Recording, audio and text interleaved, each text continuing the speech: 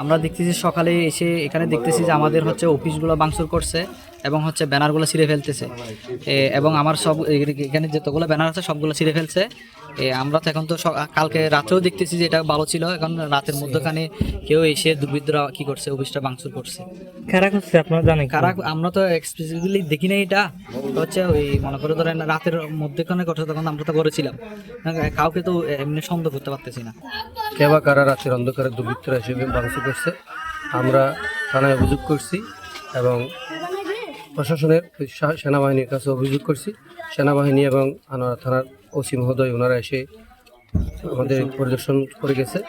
আমরা ওনাদের কাছে সুষ্ঠু তদন্তের মাধ্যমে দোষীদের শাস্তির আওতায় আনার দাবি জানাচ্ছি। সাথে সাথে এরকম ন্যাক্কারজনক ঘটনা যেন ভবিষ্যতে আর কোনো কেন্দ্রে না হয় এই ব্যাপারে পদক্ষেপ নেওয়ার জন্য আমাদের কাছে আহ্বান করছি।